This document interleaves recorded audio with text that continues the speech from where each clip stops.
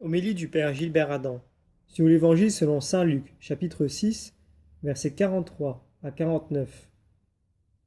Un bon arbre ne donne pas de fruits pourris. Jamais non plus un arbre qui pourrit ne donne de bons fruits. Chaque arbre, en effet, se reconnaît à son fruit. On ne cueille pas des figues sur des épines. On ne vendange pas non plus du raisin sur des ronces. La création obéit à la nature qui lui a été donnée par Dieu. Notre humanité est capable de recevoir et d'agir avec la grâce de Dieu. Mais elle est complexe, car elle est également déchue. Nous pouvons faire de grandes choses, mais nous sommes portés au péché, qui est le fruit pourri d'un arbre malsain de par le passé. Nous avons le choix dans la direction et la bonté de notre vie. Notre foi exige une action qui soit vérité et lumière pour porter de bons fruits. Il nous faut prendre des mesures positives pour porter un bon fruit en participant activement à la grâce de Dieu. Le fond de notre nature est bon, et nous sommes capables de produire un beau fruit. Habités par la présence de Dieu, nous sommes orientés vers le bien. Au cœur même de nos détresses, nous faisons confiance à ce qui surgit en nous comme appel à la vie. Notre vie contient une promesse de bénédiction qui nous aide à devenir davantage ce que nous sommes dans le grand projet de Dieu. Nous continuons la lecture de l'Évangile. L'homme bon tire le bien du trésor de son cœur qui est bon, et l'homme mauvais tire le mal de son cœur qui est mauvais. Car ce que dit la bouche, c'est ce qui déborde du cœur. Et pourquoi m'appelez-vous en disant « Seigneur, Seigneur » et ne faites-vous pas ce que je dis? Le projet de Dieu nous dépasse. Nous sommes invités à la confiance.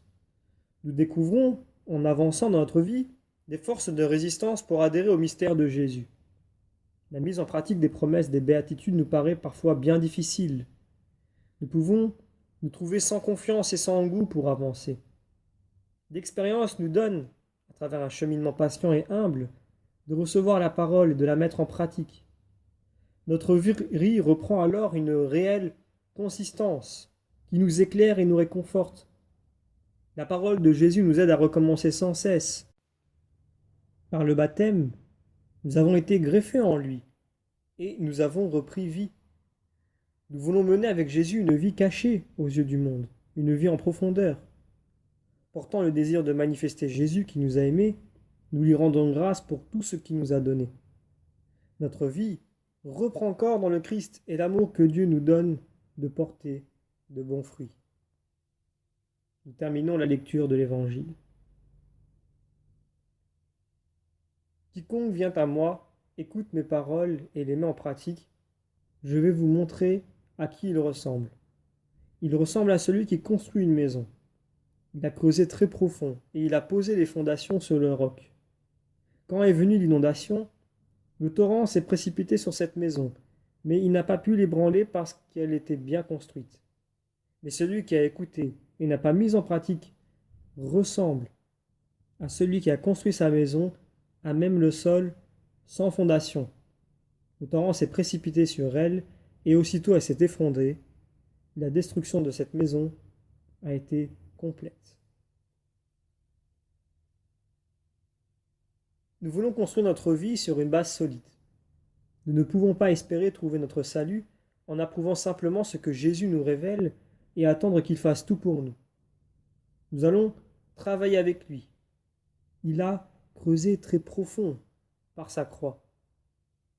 À travers les tribulations, c'est par une succession d'efforts que peu à peu, nous sommes conduits à une meilleure connaissance de nous-mêmes. Nous demandons d'être sans cesse avec Jésus, dans une relation plus simple et plus vraie. C'est le chemin qui nous rend capables d'être simplement ce que nous sommes, comme nous sommes, pour marcher en vérité avec lui. Creuser très profond nous fait rejoindre notre pauvreté. Nous laissons notre être se tourner vers Jésus, prendre appui sur notre foi pour pénétrer davantage son mystère. Lus par l'Esprit Saint qui travaille au milieu de nos épreuves, nous bâtissons notre maison sur le roc. Nous demandons à Dieu la grâce de grandir en espérance, rendant grâce pour tout ce qu'il a déjà fait et qu'il continue à faire en nous.